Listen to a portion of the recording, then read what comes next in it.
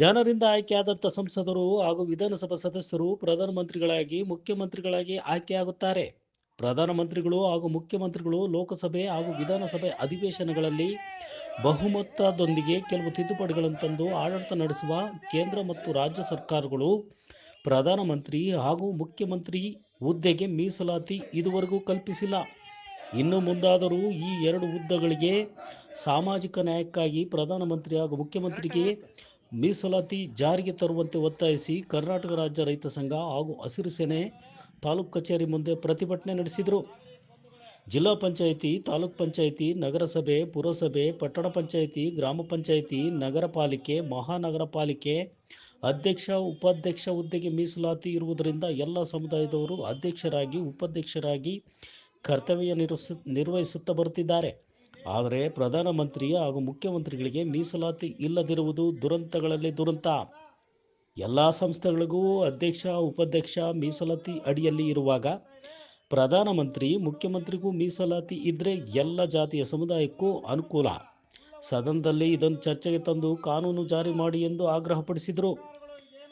ಪ್ರಧಾನಮಂತ್ರಿ ಹುದ್ದೆ, ಮುಖ್ಯಮಂತ್ರಿ ಹುದ್ದೆ ಇದುವರೆಗೂ ಪ್ರಬಲ ಜಾತಿಗಳು ದೇಶವನ್ನು, ರಾಜ್ಯವನ್ನು ಆಳಿದ್ದು.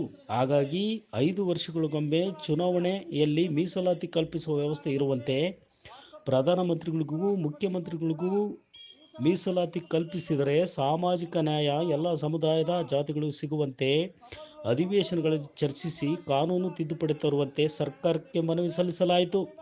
ಈ ಪ್ರತಿಭಟನೆಯಲ್ಲಿ ರಾಜ್ಯ ಉಪಾಧ್ಯಕ್ಷರಾದ ಬೇಡರೆಡ್ಡಿ ಬಸವರೆಡ್ಡಿ, ಜಿಲ್ಲಾ ಅಧ್ಯಕ್ಷರಾದ ಮರಳಳ್ಳಿ ರವಿಕುಮಾರ್, ತಾಲೂಕು ಅಧ್ಯಕ್ಷ ಟಿ ಗಂಗಾಧರ್, ಚಂದ್ರಶೇಖರ್ ನಾಯಕ್, ತಿಪ್ಪೇಸ್ವಾಮಿ, ಪಾಲನಾಯಕನಕೋಟೆ, ಬೊಮ್ಮಣ್ಣ, ಪ್ರಶಾಂತ್ ರೆಡ್ಡಿ, ಮಾದೇಶ, ನಾಗರಾಜ್, ನಾಗೇಂದ್ರ, ಹಿರಳ್ಳಿ ತಿಪ್ಪೇಸ್ವಾಮಿ ಹಾಗೂ ರೈತ ಸಂಘದ ಹಲವಾರು ಪದಾಧಿಕಾರಿಗಳು ಈ ಒಂದು ಪ್ರತಿಭಟನೆಯಲ್ಲಿ ಭಾಗಿಯಾಗಿದ್ದರು. ಈ ರಾಜ್ಯದ ಮುಖ್ಯಮಂತ್ರಿ, ಪ್ರಧಾನಮಂತ್ರಿ, ರಾಷ್ಟ್ರಪತಿ, ಉಪರಾಷ್ಟ್ರಪತಿಗೆ ಮಾತ್ರ ಮೀಸಲಾತಿಯನ್ನು ಕಲ್ಪಿಸಿಲ್ಲ.